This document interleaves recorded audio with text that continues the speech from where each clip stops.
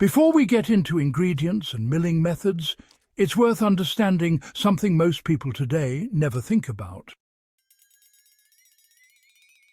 During World War II, bread was not a side dish. It was not filler. It was a primary calorie source, a nutrient delivery system, and in many countries, the difference between staying functional and breaking down under stress. Governments monitored bread production with the same seriousness they applied to steel and fuel. When rationing tightened, bread quality was often improved, not reduced, because it had to carry people through factory shifts, air raids, cold winters, and malnutrition everywhere else. If you grew up hearing older relatives talk about wartime bread, they rarely called it soft or fluffy. They talked about it being heavy, dark, filling, and satisfying. That was not nostalgia. That was design. How wartime milling preserved nutrients modern flour throws away. The backbone of World War II bread was whole-milled grain. Flour extraction rates were deliberately kept high, meaning the bran and germ stayed in the flour instead of being stripped out for shelf life and appearance. In Britain, the national loaf used flour with an extraction rate around 85%, far higher than modern white flour. That meant more fibre, more minerals like iron and magnesium, more B vitamins, and natural fats from the wheat germ. Refined flour. Modern industrial flour removes those components because they shorten shelf life and complicate mass production. Then some nutrients are added back in synthetic form. During the war, nothing was added back because nothing had been removed in the first place. The grain went from field to mill to oven with minimal interference. If you want to apply this today, the step is simple. Source flour labelled as stone ground or whole milled, not just whole wheat, which can still be recombined, industrial flour. Better yet, grind grain yourself in small batches. The difference in satiety alone will be immediate. You know, one of the reasons wartime bread was a bit easier on the stomach was thanks to long fermentation.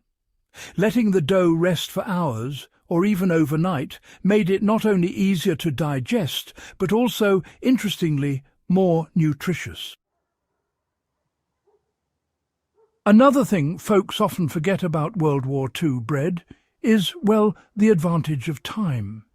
Yeast was hard to come by, fuel was rationed, and bakeries had to slow down their routines. So doughs were left to ferment much longer, sometimes all night or even longer than that.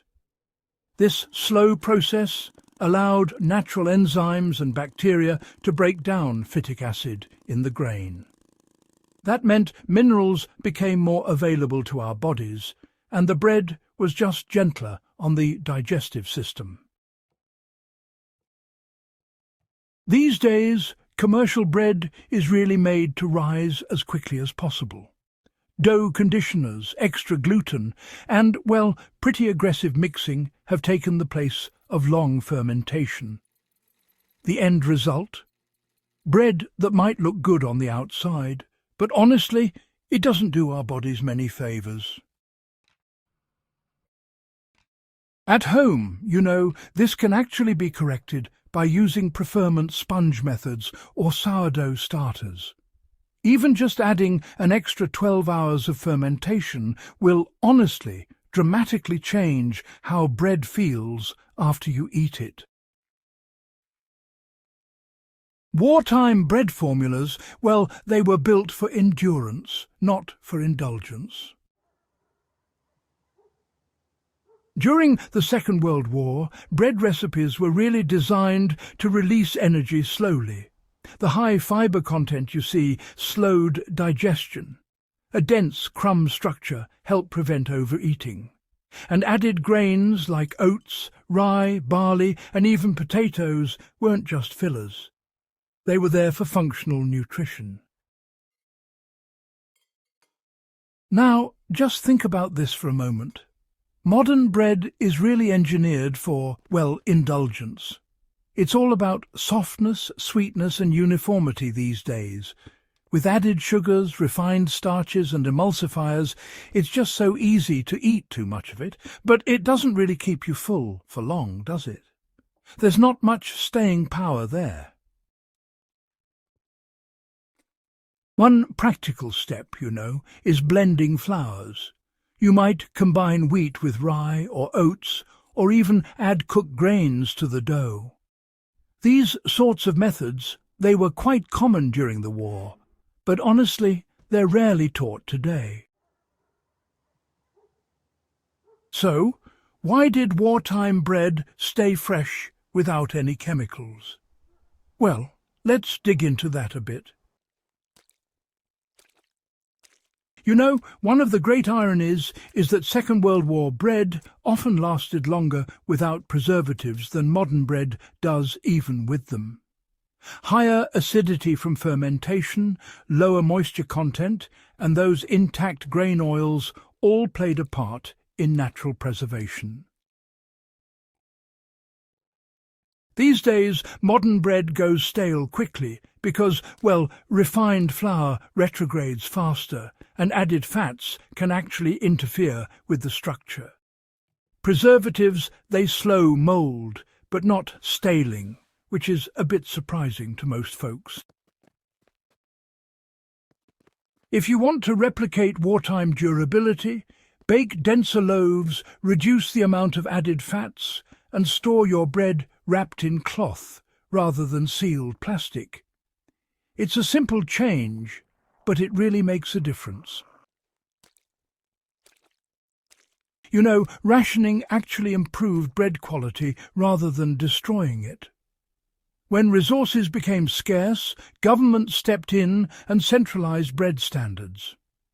In Britain, millers and bakers were, well, legally required to follow specific formulas that were designed by nutrition scientists. These weren't just guesses, mind you. They were tested under real conditions on factory workers and soldiers. But after the war, those standards were, abandoned in favour of consumer preference and profit margins. The science didn't vanish, it was simply no longer given top priority. So, here's the thing.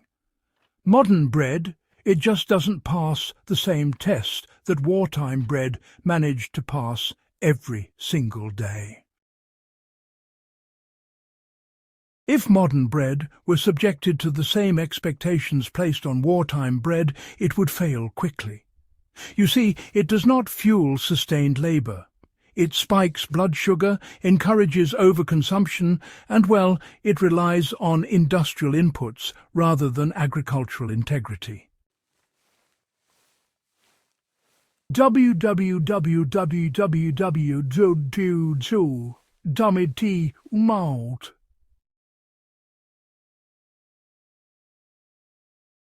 Bread was honest food. It assumed hardship, and it delivered reliability. How you can bring wartime bread back into your own kitchen. Now, this is not about reenactment or nostalgia. It's about applying proven systems.